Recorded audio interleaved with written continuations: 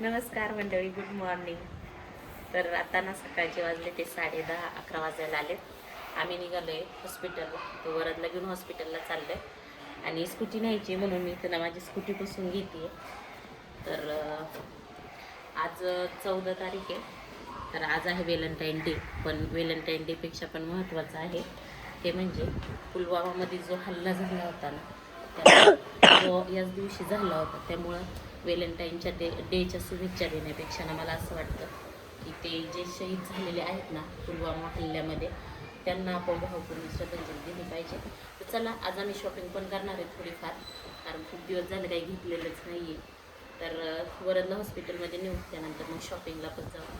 चला तर मी रोज गाडी वापरते, पण गाडीमध्ये पेट्रोल किती राहिले ना हे कधीच बघत नाही. माझ्या गाडीमध्ये पेट्रोलला नेहमी हेच टाकतात. मी अजून एकदाही गाडीमध्ये पेट्रोल भरलेलं नाहीये. आता वरदला पुढं बसायचं होतं, त्याच्यासाठीच ना त्याचं चाललं होतं, पुढं बसण्यासाठीच एवढं सगळं. गाडीवर बसण्यासाठी भांडणं फार. आम्हाला लांब जायचं होतं आणि गाडीमध्ये पेट्रोल कमी होतं, त्यामुळे सगळ्यात आधी तर आम्ही पेट्रोल पंपावरती पेट्रोल टाकण्यासाठी आलो. पेट्रोल टाकत होते वरदचे पप्पा गाडीमध्ये, तोपर्यंत आम्ही इकडे साईडलाच उभं राहिलो. आणि आता उन्हाळा ना सुरू झाल्यासारखंच वाटतंय. खूप ऊन लागतंय, पण रस्त्याच्या कडेला अशी जी झाडं असतात ना, त्यांच्या सावलीमधून जाताना खूप भारी वाटतं. हॉस्पिटलचं काम झाल्याच्या नंतर आम्ही आलो थोडीशी शॉपिंग करायला. माझ्यासाठी ड्रेस घ्यायचे होते, खूप दिवस झाले ड्रेसेस नव्हते घेतले. ड्रेस वगैरे घेताना खूप उशीर झाला. त्यानंतर आम्ही जेवणासाठी आलो. तर ह्या हॉटेलचा ना बाहेरचा एंट्रन्स खूप भारी होता. तर इथं ना आम्ही जेवण करण्यासाठी आलो. सकाळपासून ना आम्ही नाश्ता पण केलेला नव्हता, त्यामुळं खूप भूक लागलेली होती. वरदला तर खूप भूक लागलेली होती, त्यामुळे त्याने लगेच मसाला पापड खायला सुरुवात केली. आणि इथं पहा, हे गुलाब होतं. आज व्हॅलेंटाईन डे आहे आणि इथं ह्या टेबलवरती हे गुलाबाचं फुल होतं. तर वरदचे पप्पा मला हेच फुल देत होते, म्हणत होते हॅपी व्हॅलेंटाईन डे. पण का माहिती, जेव्हा आपल्याला मुलं होतात ना, त्यानंतर व्हॅलेंटाईन डे एवढा स्पेशल वाटत नाही, कारण बाकीच्या खूप साऱ्या जबाबदाऱ्या असतात. आजच पहा ना, आम्हाला वरदला बरं वाटत नव्हतं म्हणून हॉस्पिटलला घेऊन जायचं होतं. हॉस्पिटलला घेऊन गेलो. त्यानंतर येता येता खूप उशीर झाला होता, म्हणून आमचा जेवणाचा प्लॅन हॉटेलमध्येच ठरला.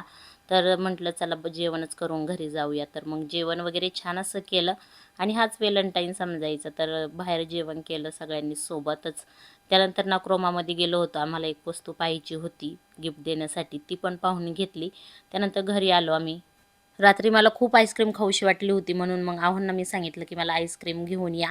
आता कुणी आपल्याला आईस्क्रीम आणून देईन, त्यापेक्षा आपल्याला खाऊशी वाटली तर आपणच आणायला सांगायची किंवा आपणच जाऊन आणायची. पण आहो खाली गेले होते, मग त्यांना म्हटलं येता येता एक आईस्क्रीम घेऊन या. आणि ह्या उन्हाळ्याची माझी पहिली आईस्क्रीम होती. चॉकलेट कोण मला खूप आवडतो, तर पिक्चर पाहता पाहताच मी ना ही आईस्क्रीम खाल्ली. आणि आता चला भेटूया उद्याच्या ब्लॉगमध्ये. तर उद्याचा आहे महाशिवरात्रीचा ब्लॉग, तो पण मी यामध्येच पुढे टाकणार आहे. नमस्कार मंडळी, स्वागत आहे एका नवीन ब्लॉगमध्ये. तर आज आहे महाशिवरात्री. तुम्हा सर्वांना महाशिवरात्रीच्या खूप खूप शुभेच्छा.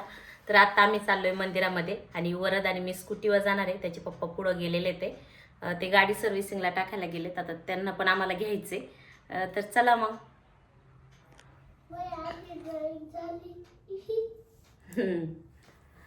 तर आता आम्ही जाणार आहे मंदिरात. अजून फराळ पण करायचा बाकी आहे, खिचडी पण बनवायची बाकी आहे, पण म्हटलं आधी मंदिरातून जाऊन यावं. चला आता मंदिरात जातो दर्शनासाठी. मंदिरात किती गर्दी आहे, किती वेळ लागतोय माहीत नाही. वरची सकाळ सकाळ ड्रॉइंग चालू आहे. बाहेर ऊन खूप झाले. वरची इकडं ड्रॉइंग चालू आहे. चला तर मग आता आम्ही जातो दर्शनासाठी मंदिरामध्ये. जिन्यावर पळतो ना, लिफ्ट बंद आहे आणि म्हणून आम्ही जिन्याने चाललो. तुझ्या पुढे जाऊ.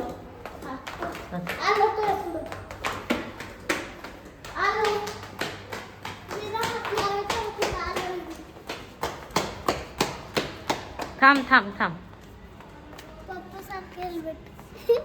चल चल चल चल. कुठे आपली गाडी? कुणाची? ही मम्मीची गाडी. चला आता आपण पप्पाला घेऊ.